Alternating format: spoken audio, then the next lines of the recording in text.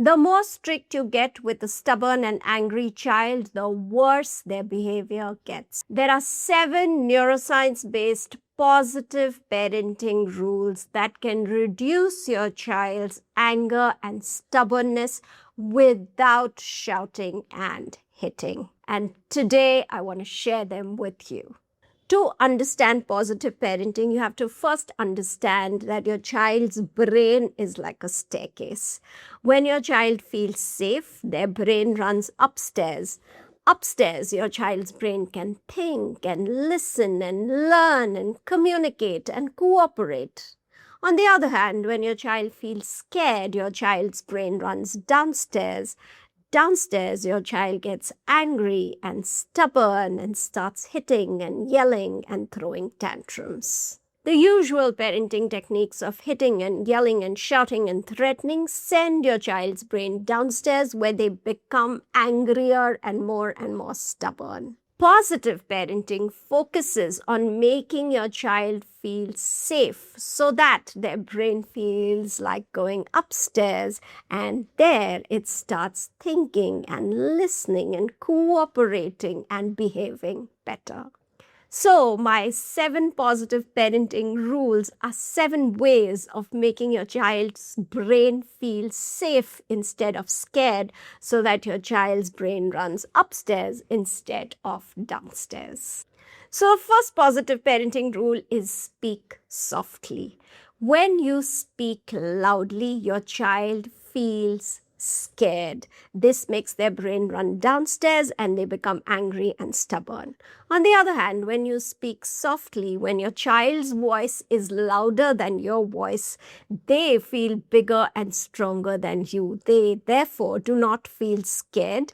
They feel safe. Their brain goes upstairs, and upstairs they are able to listen to you, think, and cooperate. The second positive parenting rule is listen. When we don't listen to children, children feel scared because they feel that nobody understands what they're saying. They therefore shout and become stubborn until someone listens to them. When we listen in the first place without being asked, they start feeling good. They start feeling understood. And when they feel understood, they feel safe.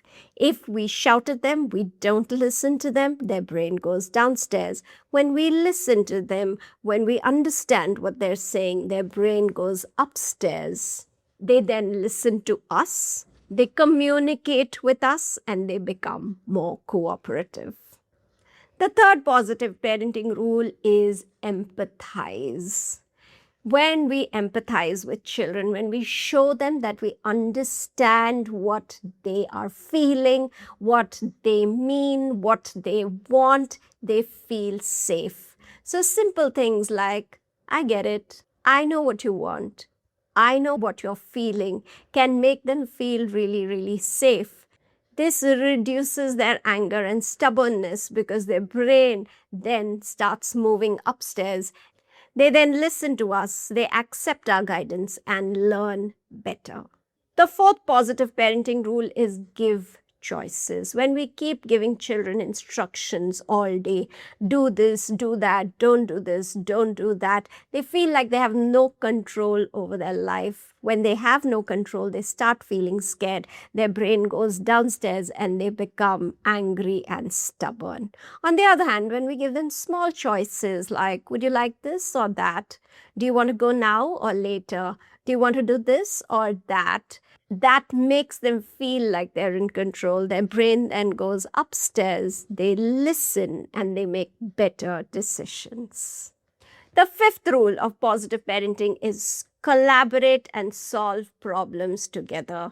A lot of times we think that we're doing the right thing by solving all our children's problems. But when we solve all their problems, they start feeling like they can't solve anything for themselves.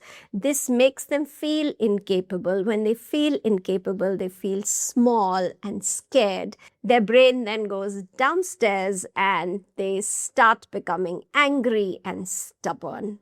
When we ask questions like, what do you think we should do here? How can we solve this together? How do you think I can help you do this? They start feeling capable. When they start feeling capable, they start feeling safe. Their brain runs upstairs, they start solving problems, and this builds their capability and confidence. The sixth positive parenting rule is praise effort. When we constantly point out a child's mistakes, they start feeling small and they feel like they're wrong all the time. This makes them feel scared. Their brain goes downstairs and they become angry and stubborn. If we focus on their effort, if we say things like, I like how hard you tried. I like that you didn't give up. I like that you attempted something difficult, because they feel like they're doing something right and that they can improve. Their brain runs upstairs, they learn from their mistakes, and they then become more resilient. The seventh positive parenting rule is keep your rules consistent. When we keep changing our rules, children don't know what to expect. The unpredictability of the situation then makes them feel unsafe. They test limits, they argue, they become stubborn, and they become angry. When we stay calm and keep our rules consistent, children know what to expect. This makes them feel safe. Their brain then runs upstairs, they accept boundaries and develop self-control. So now you know, if your child gets angry, is stubborn, does not listen, has frequent meltdowns, gets easily frustrated and angry, the answer is not tough love. What you need to do is make your child feel safe. Safe enough to go upstairs instead of downstairs, where they can listen and learn.